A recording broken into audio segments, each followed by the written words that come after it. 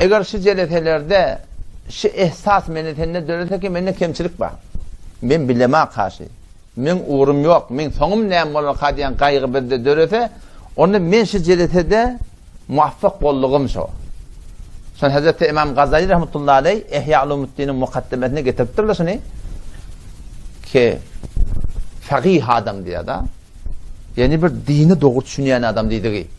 Dini doğru düşünen adam öz gurrun vermek yönüne şu form gurrun vermeli şu deyiptir ki beter umidvar etmeli deyiptir ki kaygılı olsun bir derden yal karnıp baran haramet ketip ve beter korkup da kullan Hudaydan namit bolmalı deyiptir. Şu iki yağday eğer bizim yürekten bizde şiddete tapılda hem Allah Teala umidvari hem Hudaydan korku tapılda onunla bir diyalog ahun olamalı şu celetelerden izarlayan maktadını hemen bir doğru şoňusyna barmak basmaly musulmandyk.